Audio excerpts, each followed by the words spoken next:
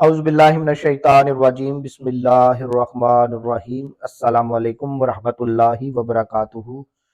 آپ کا host and دوست ڈاکٹر محمد طیب آپ کی خدمت میں حاضر ہے۔ آج ہم بات کریں گے پیدائش کی غذا اور تربیت، diet and guidance of the child. اس سے پہلے آپ سے ریکویسٹ ہے کہ doctor Muhammad Tayyab YouTube channel کو سبسکرائب کریں، بیل آئیکن کو کلک کریں۔ Bundle of thanks. پیدائش کے بعد اس دنیا میں آتے ہی بچے کے جسمانی نظام نئے طریقے اور نئی آہنگ سے کام کرنے لگتے ہیں۔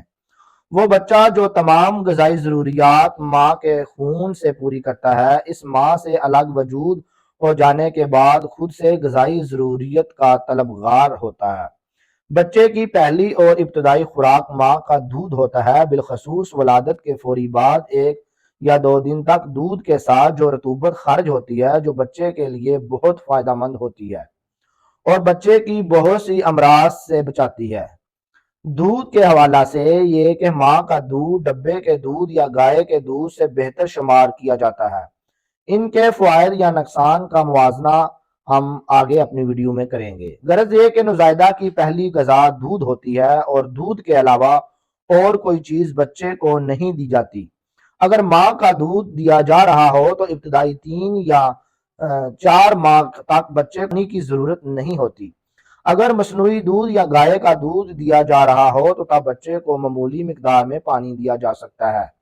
بچے کو 4 ماہ تک صرف دودھ ہی دیا جاتا ہے۔ 4 ماہ کے بعد اس کو دودھ کے علاوہ دیگر اشیاء دینے کا آغاز کیا جاتا ہے۔ دودھ کے ساتھ بازاری تیار شدہ کوئی خوراک دی جا سکتی ہے، خود سے کوئی چیز تیار کر کے دی جا سکتی ہے۔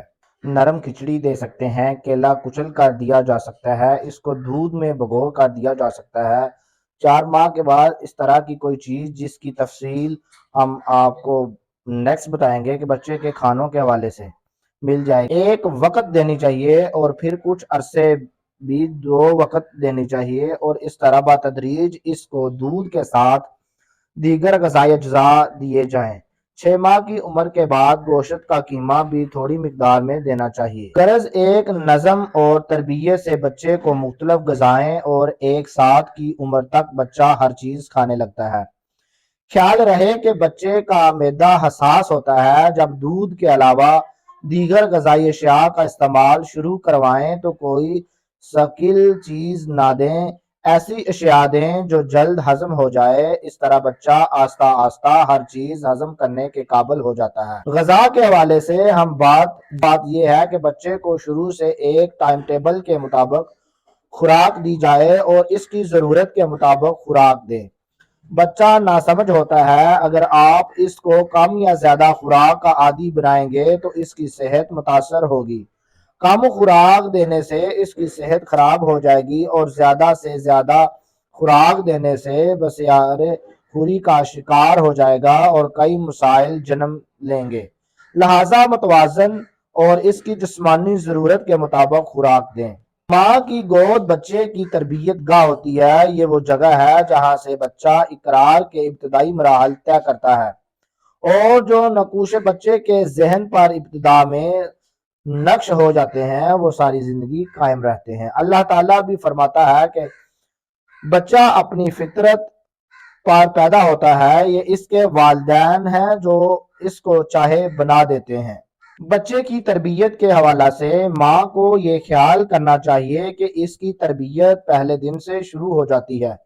ابتدائی مراحل میں جب بچہ بول نہیں سکتا، صرف سن سکتا ہے، اس وقت کی ماں کی لوریوں کے بھی اثرات ہوتے ہیں۔ اگر ماں کی لوریاں اچھے الفاظ پر مشتمل ہیں، ان میں اسلامی رنگ ہے تو بچہ اپنی سوچ اور ذہن کا مالک بنے گا۔ لیکن اگر ماں ابتدا سے ہی اس کے کانوں میں موسیقی کا رنگ گھولے گی یا لائے گی، باتیں کرے گی تو اثر بھی ایسے ہی ہوگا۔